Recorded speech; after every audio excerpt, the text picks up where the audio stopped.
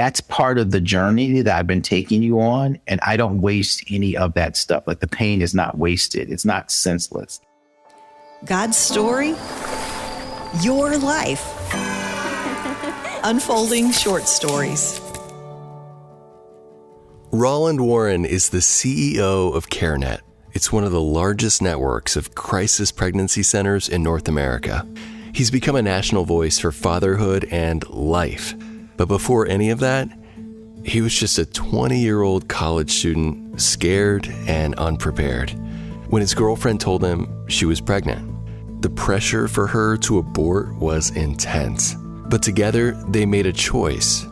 And that one decision changed the future for their family and for a multitude of other families. I'm Roland Warren. I was a 20-year-old college student at Princeton, and I got a call from my girlfriend that I really didn't expect, and I was hoping that I would never get. And it was to tell me that she was pregnant. She was 19. We were both undergrads there. She was a sophomore. I was a junior. And when I got that call, life just slowed down and became this kind of amazing period where I just really didn't know what to do.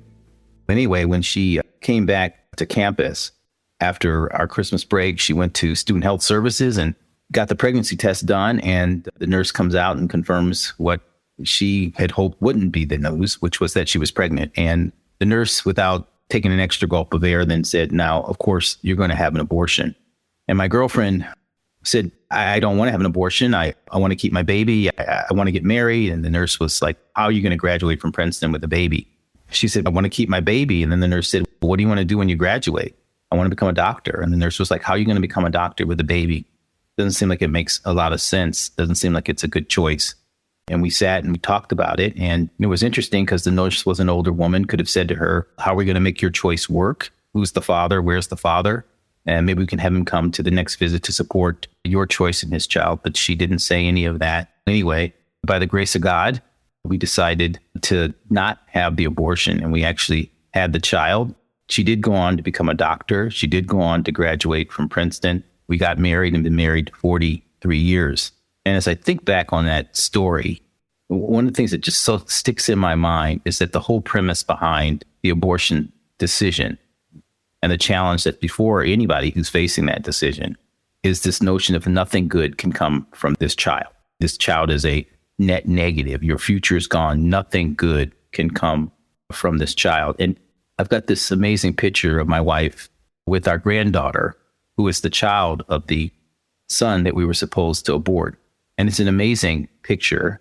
It was the first time she had gotten to see our granddaughter because of COVID.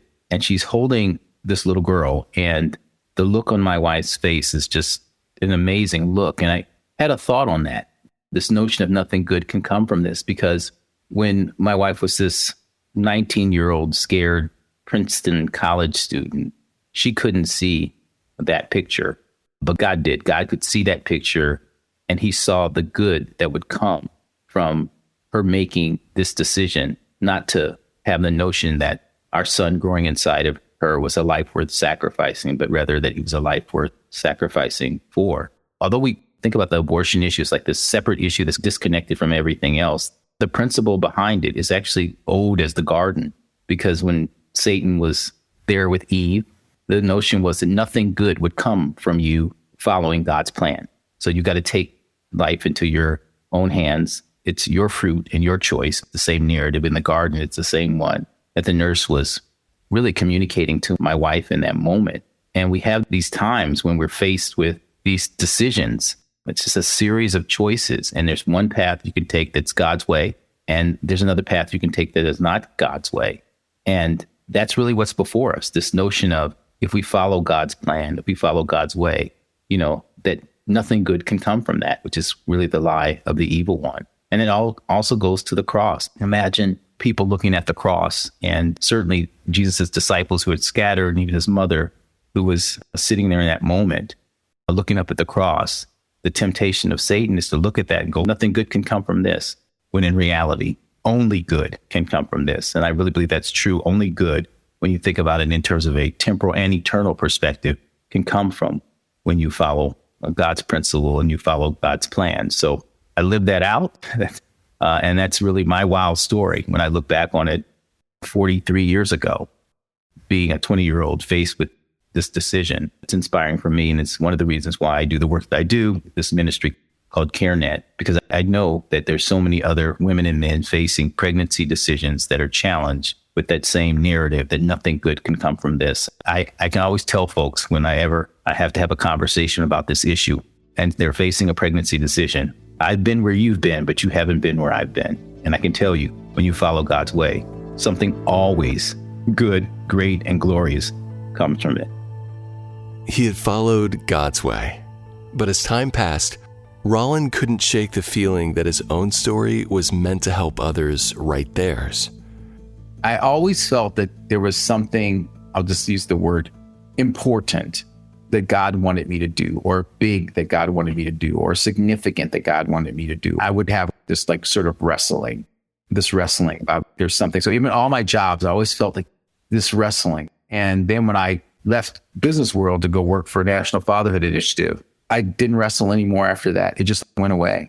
And I've never felt that since that moment. So now looking back, I can see how he closed certain doors in the business world, didn't let certain things happen. It just didn't make sense to me. And then when I made the decision to go to the work with National Fatherhood Initiative, he just opened it up so I'd be a president of that organization. And then I started doing more media and all these TV shows and Oprah and all this other stuff just right away. And the guy who was president there, he moved out into another role and I wasn't even supposed to be president. And they called me and you're going to be president now. So now I actually see me at CareNet, the different pieces of my story, my growing up without a dad and getting my girlfriend pregnant and the abortion decision and all that kind of stuff and the journey that came from that. So I'm seeing, so you're using these things in my past to guide me in the way that you want me to go. And then from there, he called me to CareNet, which I thought was a crazy idea.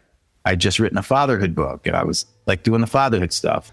Roland could finally see how every part of his story fit together, especially fatherlessness and the decision to choose life as a scared 20-year-old college student. God had used it all. And now God was calling him to speak life. God's put me in a position where he's wanted me to speak into the life issue and to bring it back to the gospel. The pro-life movement has become so politicized. In a lot of ways, it's sort of lost its first love. If you talk to somebody in 1973 or whatever, when Roe was decided, the circumstances of a child's conception and birth should not determine its humanity and worth. So whether you're conceived in love or you're conceived in lust or you're planned or unplanned or you have fetal abnormality, it doesn't matter. You are intrinsically of value because your value is tied to Imago Dei. You're creating the image of God. That's why I'm pro-life. You're not more human when you're 9 months than you are when you were 3 months or 2 months or 1 second after conception. Your humanity is intact, in terms of that. And therefore, we need to protect you. But if you look at what's happened with the movement, we gave the issue to the politics so that most people now think about the issue not through Imago Dei. They think about what's politically possible. I'm a 20-week ban. Oh, yeah, why? Because, we think they can feel pain at that point or whatever when they're pain capable, whatever it may be, whatever. Right? 15 weeks, 20 weeks. So when a child can feel pain, then we shouldn't be aborting them. Your humanity is tied to your ability to feel pain. It's now become on a continuum, on a spectrum. That's what pro-life has actually become. For me, it's God wanted me to do this thing. You know what I'm saying? God called me to him to do this thing. He let me go through all these experiences of life and the mistakes that I made, all these different things, right? That's all part of the narrative to do this thing that gives me this vision in this moment and this time to say this thing. That's always been a part of my journey as a Christian. It's you're called and then you're missioned. And everyone has that. That means that you have to humble yourself. You come before God and you say, I ain't special. You didn't call me because I'm special. I'm special because you called me. He called me to himself and he had something that he wanted me to do. And those two things are linked together. I just feel like I've been on this journey with God where he's been always there and letting me have certain experiences. So all these different things, but the pain then is part of the happiness now.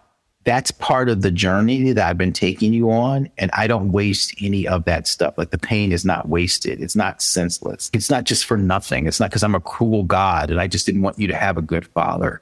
But I needed you in your humanity to feel this so that you would have a passion, so that when I called you from the business world to do the fatherhood thing, you'd be blessed with the burden and have the passion to not want other children to experience what you're experiencing. But if you didn't experience it, then you wouldn't have the same passion that you do. And it's the same thing around the unplanned pregnancy thing as well. The choice that we made by God's grace, those things are interconnected. Now, speak on that. Yes, something good comes from this. So when I look at the pain of me growing up without a dad, the answer is, well, what good can come from that? He's used me to talk to all kinds of folks about this issue and to get there are more guys being better dads today because of things that he's called me to do when I was at National Fatherhood Initiative and stuff I'm doing with CareNet. The ache of fatherlessness, the fear of an unplanned pregnancy. God doesn't waste pain. Roland's story is proof that when we follow God's way, good things will happen. Roland has a new book you can check out called The Alternative to Abortion: Why We Must Be Pro-Abundant Life. You can find a link in the show notes. The Unfolding is a faith podcast. Discover more at myfaithpodcasts.com.